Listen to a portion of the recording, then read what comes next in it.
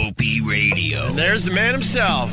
What's up, Vic Henley? First of all, it's supposed to be, you're on the wrong stoop. People have been killed for less than this. I'm not on the wrong stoop. I'll explain what's going on here. So, how long have we known each other for real? 4 or 5 years? At least 5. 6, At least 5. 6, maybe. And we're finally getting to a point where you were outside my building where I lived.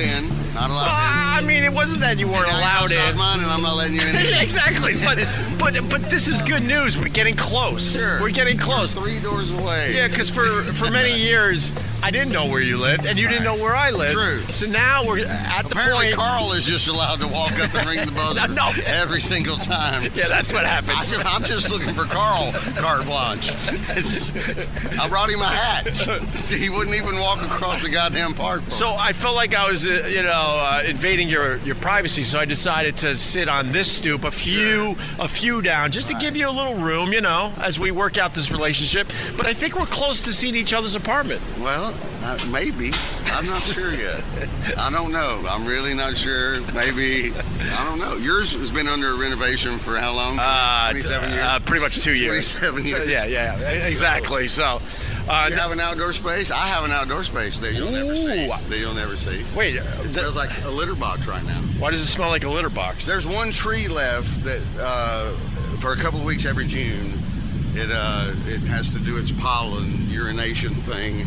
And so it's like, as Ron White would always, when I told Ron about this, he was hanging out with me, and he's like, cat piss season! I love it. I like bad time. Opie, don't forget to pause while you're crossing the street. A little windy. So I just have to keep the door closed. Now, I've heard of the trees that smell like splooge. Ooh, I don't know this. Oh, absolutely. We used to talk about that on the old version of the radio show, but like early spring, they start blooming, and it literally smells like splooge. Well, there were 3 of these, and it rained so bad, and there were 3 of them, and the co-op was so happy that it flooded the back, and 2 of them fell over and just landed on the top of the building and didn't hurt anything. Right. They just literally like a telephone pole leaned over and the roof stopped them, and then they got to cash in on $1 jillion. Nice. Insurance claim, and they've got them all removed, and they left one. One of them didn't turn over, and then so listening to all the fancy people go, just tear that one up, because there's like pigeons that live in it, and there's every now and then somebody gets some bird poop or something weird, and nothing wrong with a good insurance scam. But it was so good. We were so happy. Everyone involved. I'm not saying I've been involved with an insurance scam, but I'm a big fan of insurance scams because I think those mother effers are constantly trying to screw you anyway. So if you can get one over on them, I'm all in. Both my brothers got accused of insurance fraud. Really? And didn't and they were not. They were just running with the wrong crowd, so to speak. But they were both running around this guy, and he had all kinds of Bernie Madoff pyramid fraud scam companies that none of it worked. And so Mike and Terry did go on vacation with him. They did. All right. Hey, you want to go to the Virgin Islands? Who the fuck don't want to go to the Virgin Islands? But why was it illegal to go to the Virgin Islands? The guy got convicted. I think he's still in white collar jail. And, okay. But it was, you were running around with him, so if you were writing his insurance on one of his fake companies, then it looked like you were in on the scam. But they both had to go back, and there was whole depositions, and they told everything, and then they were absolved, and everything was fine. But that's a little excitement, though. But Mike to this day goes, who doesn't want to go to the fucking Virgin Islands? That's his comeback 40 years later. Opie, do you hear me, bro? Did you want to go to the Virgin Islands? And he's wearing the t-shirt that says, I'm a Virgin Islander. Okay. So, he's not one of those guys that wears the wacky t-shirts, is he? No, he just, at that time. Okay. He was 25 or what. My dad was let's just put it this way, an entrepreneur / I remember the concrete scammer. Business. I remember the concrete business is one of the greatest. That was just to keep us busy. That wasn't a business. That was to keep us out of our crazy mom's hair. All right. For the people that don't know, my dad decided to keep us busy that we would do a lot of cement work around my house, building walls and paths that went nowhere. Literally, we go to nowhere. I'm like, Dad, this path is going up into the woods. Just keep pouring concrete. We're outside. Right. It's a beautiful day. Stay away from her. Did I ever tell you this one, that my family was part of a church? No. So we didn't have to pay taxes? No.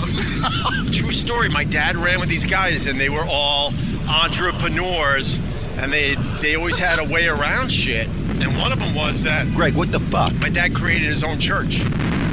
And because he created his own church, The wind. we didn't have to pay sales tax on So stuff. it was what do you call it? I don't remember, Vic. I wish I remembered. The Reverend, was his name? Was his name involved? Was there? I honestly don't Jesus remember. in it? You don't nothing. You got nothing. I gotta think you have to put Jesus in there somewhere, right? Well, it depends on what religion it is. It can be Allah or Jah or It was a tax. Hindu. It was a tax scam. But it was all on the up and up. I think they've changed the laws and the rules since then, because I don't hear of this anymore. But we had to walk around as kids with a tax exempt form. And whatever we paid for, we had to hand in the tax exempt form So they could and get say your- we're part of a church, Yeah. so they wouldn't charge us the tax. And it was always humiliating going with my friends. I never pulled that thing out, but I was always asked when I got home, did you pull out your tax exempt form? You know, that's so insanely crazy. You even told me. Yeah. I just wish you could think of the name. I can't What was the- remember. You know what? I'll Sacred Heart, Bleeding something, Christ Church. you know what? I'll text my brother as we're walking. He'll know. Yes. My brother Scott has a much better memory than me. Let's see if he comes up with it. As we walk I to think he will. I think he will. as we walk to go meet Carl, who I left at a dive bar. We have the full-on Hasidic. No, it's the Mohawk of Hasidim.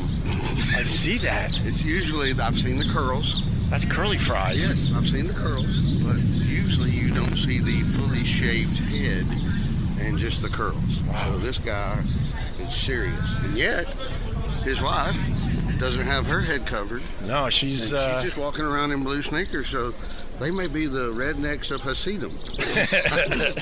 they're on the fringe out here. I don't know what's their progressive. Oh my God. And yet not. I don't know. the Shiites are the best though. The- Where the men are allowed to walk around and when it's 100 degrees out in cargo shorts and sandals and a t-shirt, and the women have to be completely covered. Well, that's How is that a thing? I don't get it. I'm not making fun of anyone's religion. I just simply don't get it. again. You got to look up Tater Saddle's joke on this because he has a joke about the place that they only allowed one eye hole, not two. He's got a whole bunch of material Oh my about God. it, and I'm not going to do his act. But Okay, but that's... look up a little Tater Saddle and one eye hole. I will absolutely look that up. All right, let me... Yo, Scott. I'm podcasting with Vic Henley, and I'm trying to remember the name of Dad's church when we were growing up, where we had the tax-exempt forms. Vic is laughing as I text you this. Get back to me. I need the answer. Bye. This is too good to be true. I don't know. It's real, man. No, I believe you. I'm just saying, this was a Fred Sanford episode. This was a Sanford and Son, and I forgot how it played out, but it somehow or another backfired on them. Then we need to go this way. Nice. It somehow backfired on them. So we're walking in at 90th Street at the Reservoir. This is where I go every day for a couple hours. Beautiful. There's usually a little man that sits in there. He's been sitting there for about 70 years. Doing what? Nothing. Telling people, go around. That's his whole That's job? it. That's Go it. around. It's a volunteer. Where are we? You're in the lake. Go around. Circle. Now, I'm surprised I've never seen you because we're on the horse path. We're on the bridle path yet. The bridle path, they call it officially, yes. And I do that. I do the biking. Oh, you do? Yeah, I've never been on the bridle path like this. I'm always on this the is- outside doing the loop on my bike. I was getting my first divorce, and there was 4 or 5 people. Like, I was getting a divorce. 2 dudes I knew were 7-8 year relationships were breaking up, where they'd lived together and moved across country and stuff.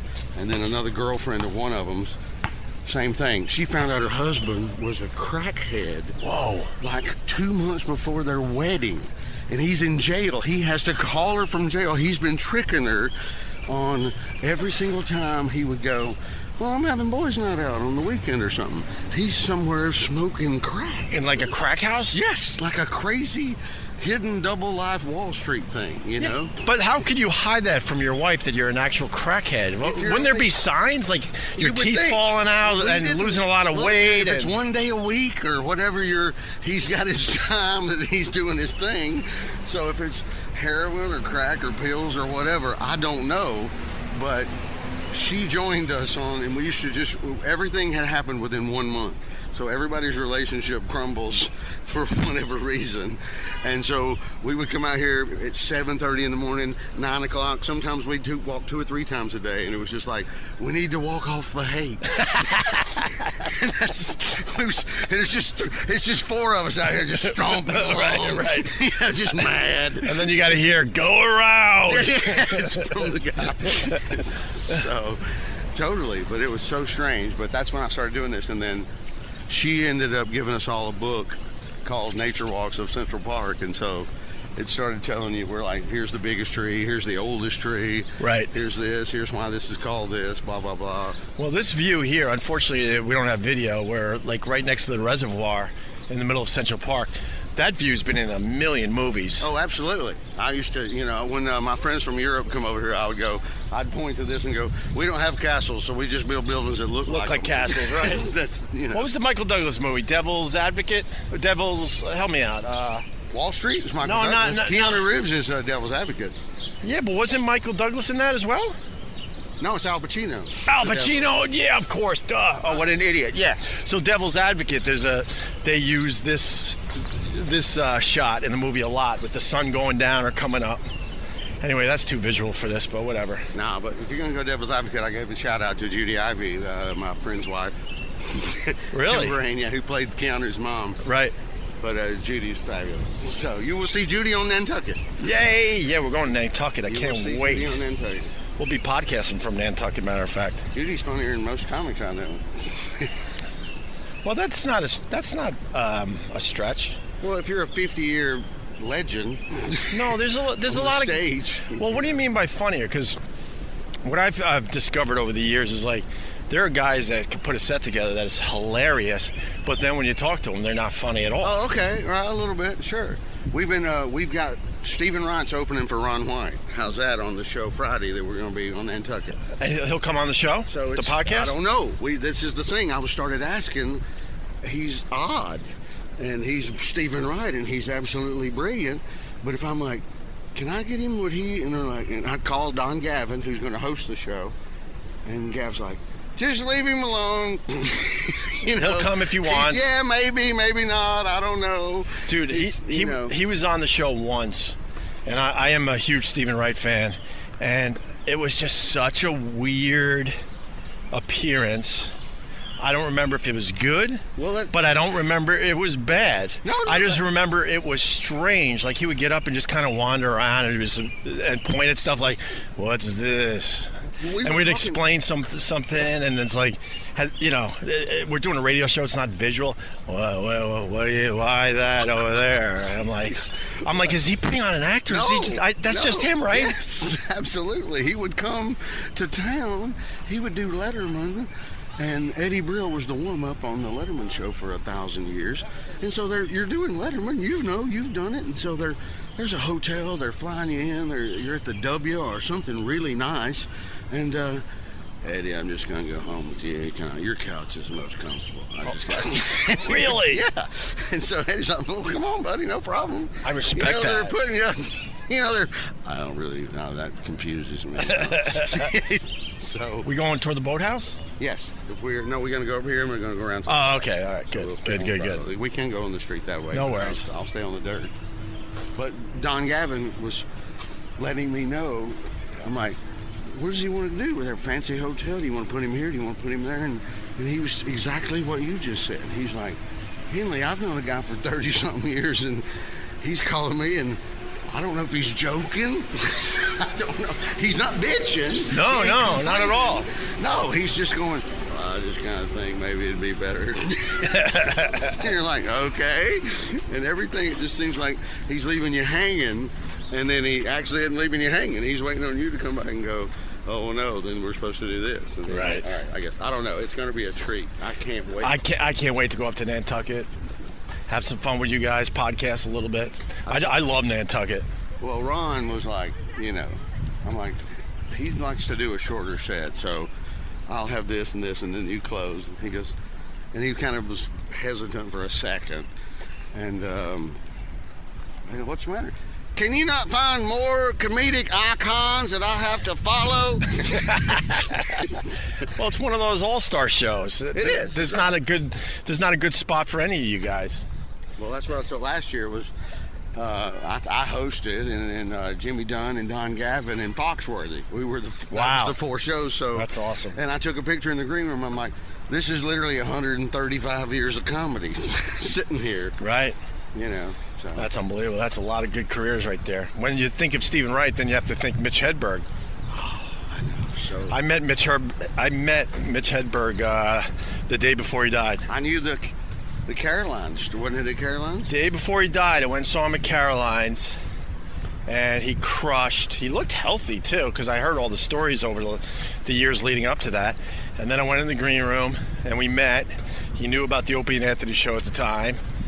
Gave me like a crazy-ass, cool-ass hug. We exchanged numbers, and he was literally going to come on the show, the next day or a couple days later. And sure enough, the next day he was dead. And know it's great dude. Know it's weird. You know the Caroline sign on the stage? Oh yeah. I think they changed it out since, but for years after he died, I would look at a dent in one of the letters. I wish I could remember what letter, but it doesn't matter, I guess. And I remember when I saw Mitch Hedberg, he was doing a bit, and he took the microphone and he banged it really hard. And I remember it was just one of these weird things I'd noticed, and I noticed that he left a dent. So then every time I would go to Caroline's, I would just see that little dent. That's pretty good. I mean, it's not, but it was just one of those things. They got the old sign. They've got the original comic strip sign. It's not hanging. It's laying in the floor in the back of the room because they remodel because of Seinfeld's Netflix special. So they switched the stage around. And but the old sign, it looks like the bubble of a cartoon in the newspaper. And it's Eddie Murphy and Seinfeld and Colin and Chappelle and Attell and Rock and Sandler and wow. It's laying in the goddamn floor. They literally have no idea. Seamus, who was just in my apartment, not you. No, but I feel good. I'm telling you, we're so close.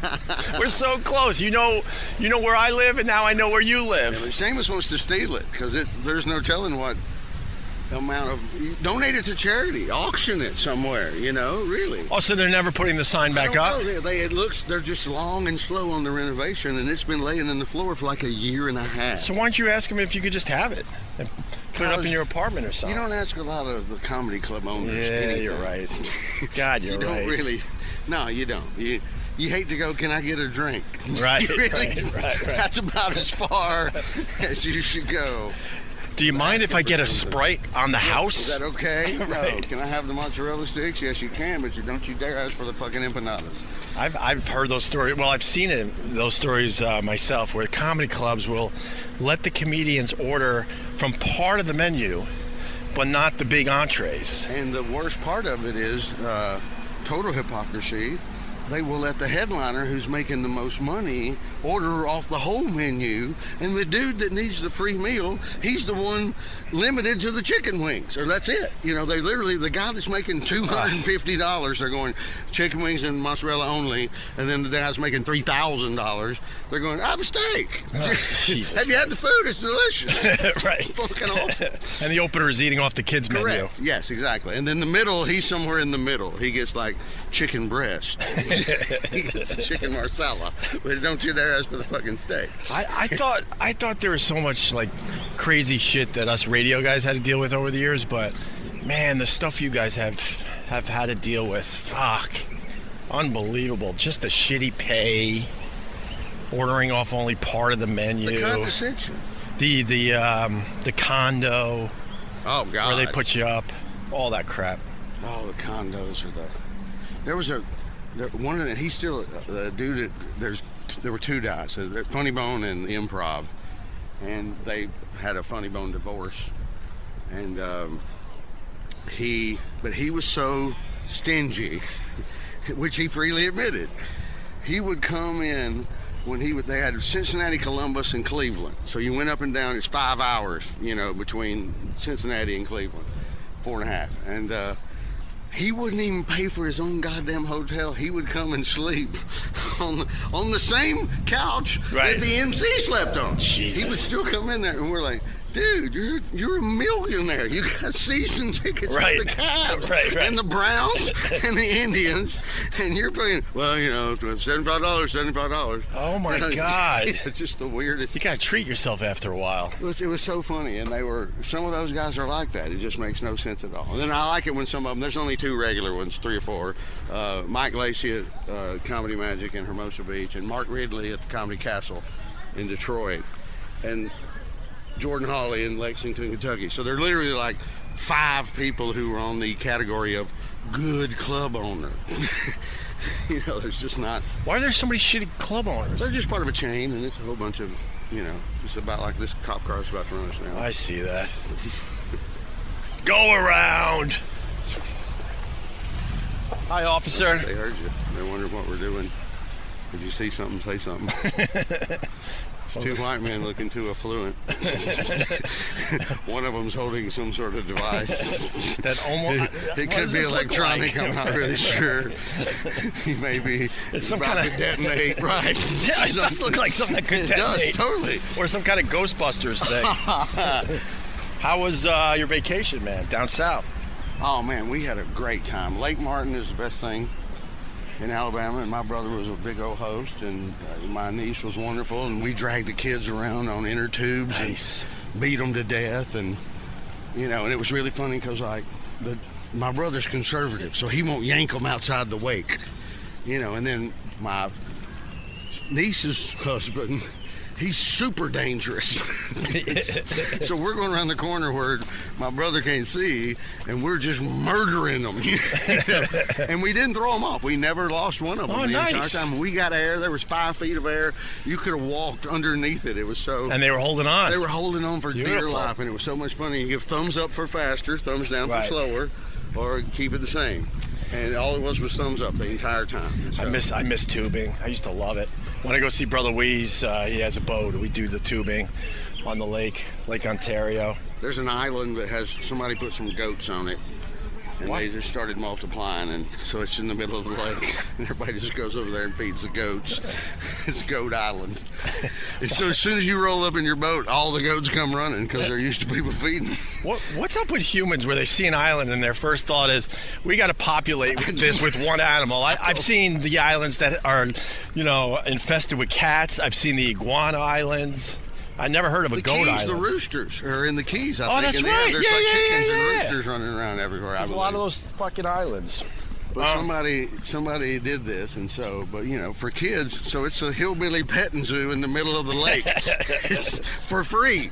All you got to do is roll up there. Nothing wrong with free. Oh, nothing wrong with free entertainment. We had a great time. We jumped off Chimney Rock, there's 3 or 4 levels. There's like one that's like 40 feet, and there's another about 80, and then there's another one that's like 100. Is there really? Oh yeah, and it's all, they've graffitied the whole thing. It's crazy good. Chimney Rock again, Lake Martin. How high have you done? 40. Yeah. But I did 80 growing up in another place near my house. Yeah. Because 40's even ridiculously high. Cameron is 10 years old and could not wait. And everybody his age and younger were going off. All the way to 100? All the way. No, they were going off the 40. Oh, the 40. Okay. But there were kids that were still younger than him going off like the 80. Isn't 100 where it could get to a point where you could really be hurt? Well, if you land wrong, if you just go sideways for some reason, say you spaz out and land on your side, you'll bust 9 ribs or something crazy like that. And there's everybody says you don't know what's underneath there and you're going to hit a stump. Sure. And that is true, but when something's been there for 1,000 years, there's no stump. But you can land wrong. You could fling yourself off and get crazy sideways in the air and do the ultimate belly flop or back flop. And I got to interrupt you. See that lady right there? Oh, God. She was just topless. Oh, I didn't really. And it's an old lady in a bikini. from the 70s. From the 70s. Very. And she was, this brought up, that's pretty cool, No, it was actually. like kind of Florence Henderson. It was very Florence Henderson for a It gives you a whole different look at the park, but it's like more secluded. And that lady was topless. Then she saw us coming, and she wasn't shy about putting her top on. She put it on really slowly. She's got to be, I would say she's at least 60-something. I was going to say 65. And look at her body, though. It's banging. Look at the ass now. Now she turned to show us her ass. And she's on the phone saying 2 creepy dudes are talking about Yeah, okay. some sort of detonator device. As they walk through the park. You were missed, man. Me and Carl did the Big Apple BBQ Fest, and the U-Bahn gang. They are off the hook cool, man. They're the best in the world. Oh my God! I met so many people through Carl. I was there 2 days, and really just a whole bunch of cool people. But the U-Bahn people especially hung out the most, and they were the greatest. That Bloody Mary mix, my mother puts in meatloaf. Yeah, of course, I can see that. You know, and it's got the spice, it's got the kick.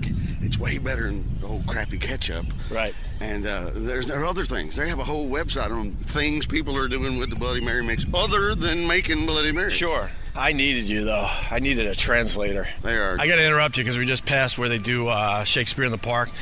And every time I ride my bike past where they do Shakespeare in the Park here in Central Park in New York City, I think of the time Judy Gold was bragging about doing Shakespeare in the Park. I just got to mention it again. And, it's great. And it's so good how long you were. And without making a joke, I wasn't going for a thing. No. I truly thought she meant she was doing Shakespeare in the Park, where there's other people that do that, but they find just a tree somewhere and set up camp and do a little Shakespeare. And she looked at me. She was so mad. Because for the life of me, I didn't think for a moment that she actually got the big gig, the real Shakespeare in the Park. Yeah. I know she did, and she crushed it. Version of something. Taming of the Shrew. Right, all female. Yeah. But no, she crushed it. I was sitting there that day. She was absolutely wonderful because you couldn't have been more stupid. And admitting your stupidity the whole time. You're freely. And it just made it funnier because I'm like, I'm such an idiot. And then I had seen the thing that you had seen, so I was able to actually go, no, I know what he's trying. She was like, I know what he's fucking talking about. There's like 8 people standing out there, and they're on the side of a hill, just doing. I was confused. I'm like, should I be congratulating her for this? And then when we found out it was the real thing, then of course. But some of those Shakespeare's in the Park, they do like topless. Have you seen that one? That was a few years back. Yep. They did a Shakespeare in the Park, not the real one where they find a tree, but it was a big deal because they decided to do the whole play topless. And then, I did Julius Caesar last year, and they were, everybody was livid about that. Oh, right. They were trying to lose sponsors and whatever, and the theater went, we don't care at all. They did what the Masters Golf Tournament did. We're the Delacorte Theater. We're Shakespeare in the Park. Shove it up your ass. We don't care. Okay, Delta. Sorry, Visa. Don't care. We're still doing this play this way. How's your brothers, by the way? You got to see him again. Down south. Oh, I told you he was the host on the lake. But he's doing good. And he told me. Okay, he told me this is where we're riding around on the boat, and he goes, I need you to come over here and talk to Carl, not our Carl, his neighbor. And I go, why do you need me to? No, this will really be a solid. You need to help me out here. And I'm like, okay, you've never asked me. I'm happy to. And Carl's from Big Pharma, and he basically starts companies and runs them up to about 40 million and then sells them and then starts another company and does this again. And nice life. Carl's banker, wow, who's in Auburn, Alabama, that finances all these deals. And his last name is Martin, I think, but Carl calls him Martini. And he's like, he loves you. He loves the show. He thinks this is great. You need to come over here and just call. We're going to get on. We're going to talk to Carl, and then we're going to call Martini, and he's going to be thrilled to death. Fans of the podcast? Fans of the show. Fans of all the show podcast, the whole thing, all the way But, no, he knows. Carl thinks it's funny that we have a Carl. Right. They know Sherrod. They know DeStefano. They are no shit. Full on right up who the 9 people were that were listening before we got fired. Which is a year ago, by the way. I know, it's almost our anniversary. Yeah, that's why we're doing the whole, for the first time today, if everyone shows up, it's going to be me, you, Sherrod, and Carl Ruiz, the Cuban. So it's going to be fun. That's where we're heading. We're going to Gebhards, but we got to get Carl out of this dive bar. This dark, horrible dive bar. Is it the one on... The one we did that pop-up that one time. Where you came in drunk and you were like Angry Vic and everyone loved you. Oh, yeah, I remember. It's actually a cool place. They actually have a good jukebox in there. No, they really do. You're absolutely The music's right. really good. Drinks are all right. And then and they have the classic miserable bartender. Yeah. The guy that's got to be, I don't know if I had to guess, easily pushing 70 probably. I used to, when Caroline's, no, not Caroline's, when Elaine's was open on like 87th and 2nd there, the old miserable guy lived in my neighborhood, and he kind of liked me. And I knew him from the clubs and this, that, and the other. And they would have a buzzer. They wouldn't let you in. They were open till 4. And you could stand there in front of the window, and they would just shine you. Right. Or they would push the button and let you in. And his name was Tommy, and he was fucking miserable. Cussed everybody out. But he played the shit. They had a I bet you he loved working that button, though. I'm sure. Because he was so miserable, he could play God like, I don't feel like letting you in this time. Was sitting there and like looking like Buddy Hackett in a Moon. Oh, Jesus. With the big Old Navy black rim right. ladies. Oh, God. Just like picture, and Robert Altman is sitting there smoking weed openly in front of everybody. Beautiful. It's a pipe tobacco, but he's just cramming skunk and sitting there smoking. And they would, we'd roam up there every now and then, leaving the club, and we go, hey. And they were like, we can't get in here. That guy's meaner than fuck. I'm like, no, he knows me. He lives across the street. And I would see him in the neighborhood in the morning getting coffee and bagels and shit. So he would always let me in. He'd fucking hit the buzzer. So I'd walk up in there. Oh, beautiful. I'd walk up in there every now and then, and they're like, hey, here we go. We had the same situation in Buffalo when I was living there. It was a dart bar that we liked going to, electronic darts. And they had the same thing with the buzzer you in. Problem was, the reason they had the buzzer was because it was in a horrible neighborhood, this bar. Just off Allen Street in Buffalo. It was literally pretty much a few steps into the ghetto. I think they were called what were they called? The fruit streets, I think. Oh, that's nice. I think Rick James lived on one of the fruit streets in Buffalo. Someone's got to help me out. But it's a whole bunch of streets like named after fruits, and it's a terrible, terrible neighborhood. Terrible. But they had this really cool bar that a lot of me being young at the time, where all us younger people liked going. So. There's a speakeasy on the Upper East Side right now, and I haven't been there, but again, the aforementioned Seamus was talking about it, and it looks like an ice cream store, and it looks like a Dippin' Dots or a Froyo or some kind of 16 handles, and it's literally between 88 and 89 on 2nd Avenue, and you have to say, can I see the storeroom or the warehouse or something? Yeah. And then they hit the thing and the wall goes up and you oh, no kidding. Yes, it's a full That's awesome. I think it only seats about 30, 35 people, something like that. I haven't done it yet, but Seamus has been twice, and he told me about it. That's badass, and we man. stood That's on the cool. street, looked through the window, and he goes, you could see the hinge. He goes, see, it was because they're only open on the weekends, I think. But there's nothing illegal going on in there. No, They're just just trying to be funny and have a hidden bar that only nobody knows about. But that's badass, because then the word would get around and people would absolutely want to check out the hidden bar. So I think it's just Thursday, Friday, Saturday, because we were out there on like a Monday, Tuesday, and we were standing on the street, and he was explaining it to me and showing it to me, and I'm like, ooh, you can fucking totally see where the door would just swing open. Well, we're almost, we're kind of on the outskirts of Strawberry Fields. You put us on, yes. On the other side of the park. We're getting close to getting Carl. We missed the boathouse. I know, I wanted to walk by there, but I like the conversation, though. Well, the boathouse, I told you, the Woody Harrelson Woody Harrelson had been on Nantucket for the festival like 5 years ago, and Jackie Flynn and the Farrellys put all the Boston guys in the movies. So all the Boston comedians get a cameo or some little thing.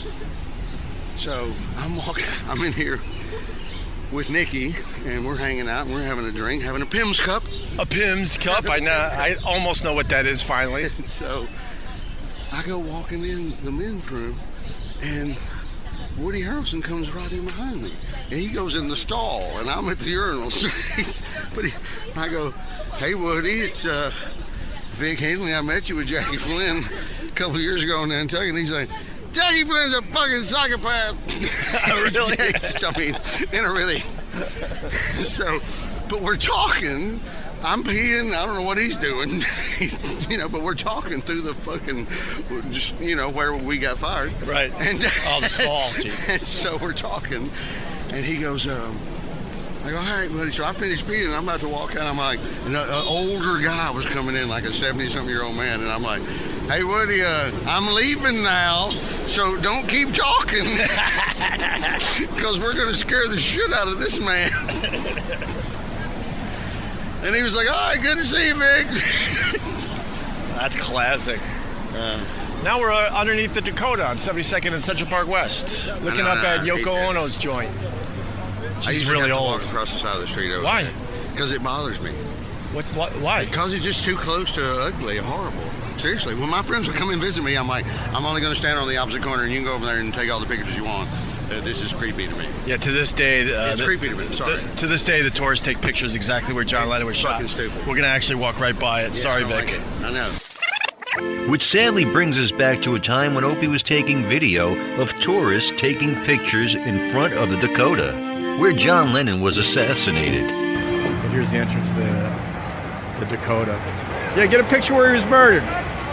There you go. Beautiful. Smile.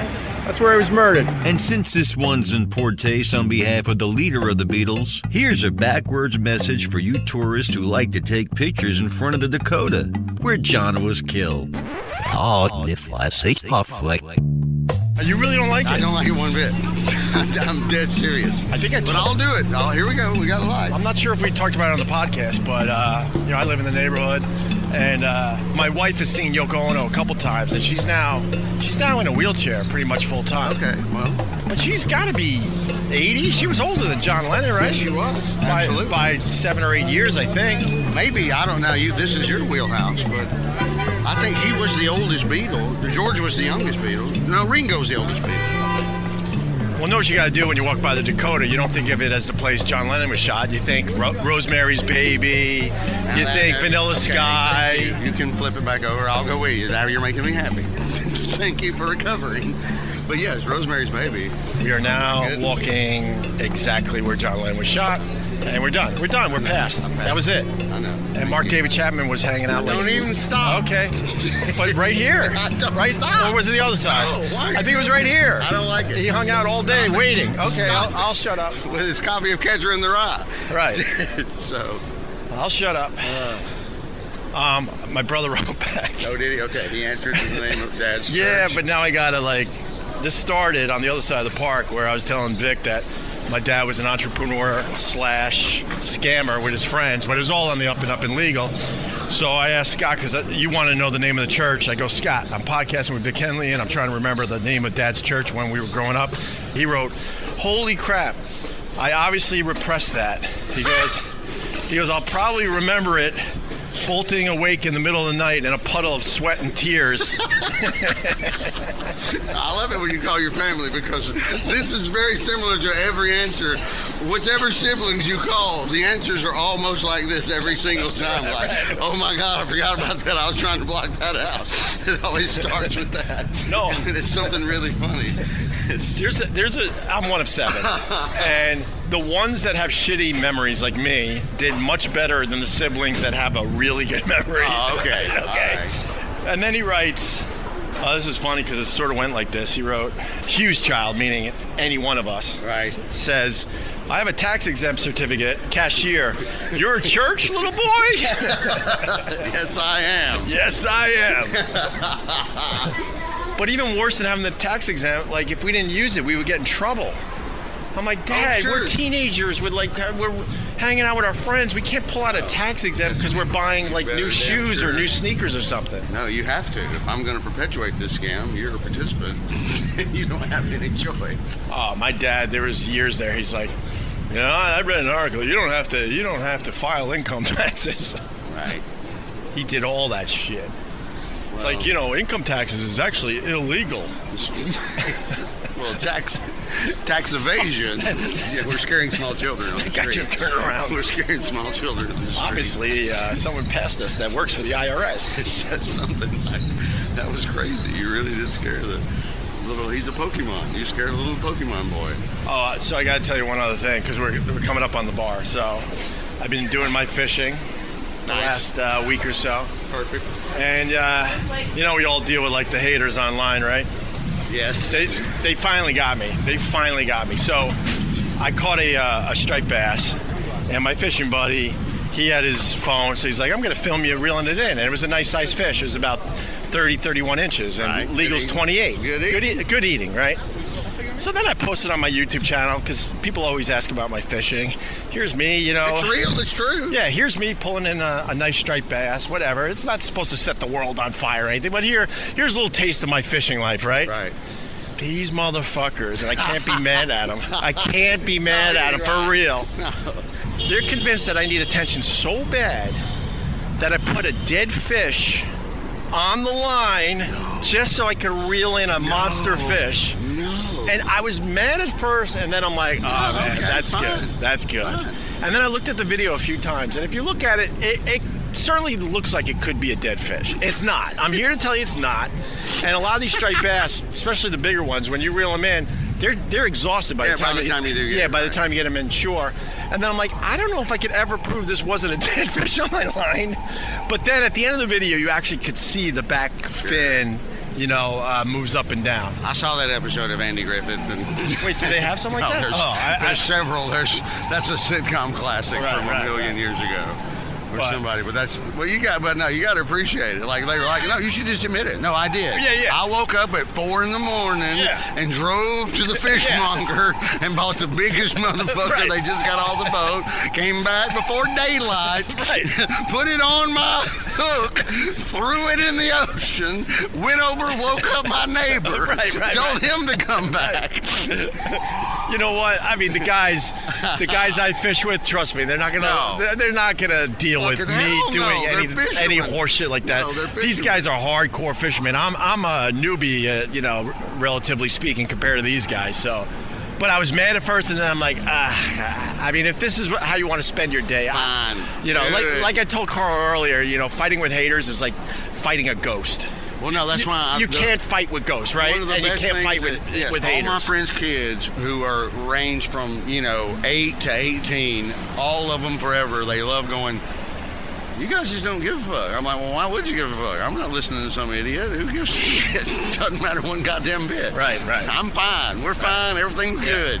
It's no big deal. But now that I talked about the video where they think I reeled in a dead fish, now that video's going to do well because everyone's going to want to check it out. So check it out on my YouTube channel, Opie Radio. It's almost as big as the hog in your pants. Well, Vic, that was an awesome walk from your apartment. We're outside the dive bar where Carl is, where I dropped him off a long time ago at this point. So There he is smoking. Where? Is that him? No? Is that him? Yeah, that's him. Is that Nick Salera's? It is. Oh, it's both of them. There he is. Hey!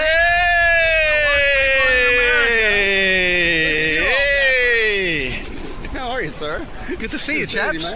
All right. What's up, Nick? We just Give me a hug, brother. Oh, yeah. Good to see you. Good, real good. Oh, we're recording you live? But it's the We're finishing up this podcast, I'm about to get into the new one. and he loves the hat. I love the hat. I love it. Bro, I left you a long time ago. I am fucking tired, exhausted. Chilling. You're in good shape. I was part of a fight at the bar. No. They kicked some fucking guy out. Oh, it was the best. What was the fight over? Reloading. So this guy comes behind me, he was like a football fan. Or a soccer fan, and he comes in the back and Argentina he's lose? watching. Did they lose? Argentina's losing. Good. Croatia. Yes. So I'm watching the game, and the guy standing behind me, and the bartender, old school New Yorker, he goes, "Hey, buddy, you got to buy something if you're going to watch the game." He goes, "No, I'm going to work. I can't drink anything." He goes, "Okay, 5 minutes." So after 5 minutes comes, I call the bartender. I go, "Hey, Carl's the best. I don't want to say anything, but my $6,000 watch says you're about 10 minutes slow." He goes, "Thanks, cuz." So he goes, "Hey, soccer guy." Thanks, Nick. He goes, hey, soccer guy, time to go.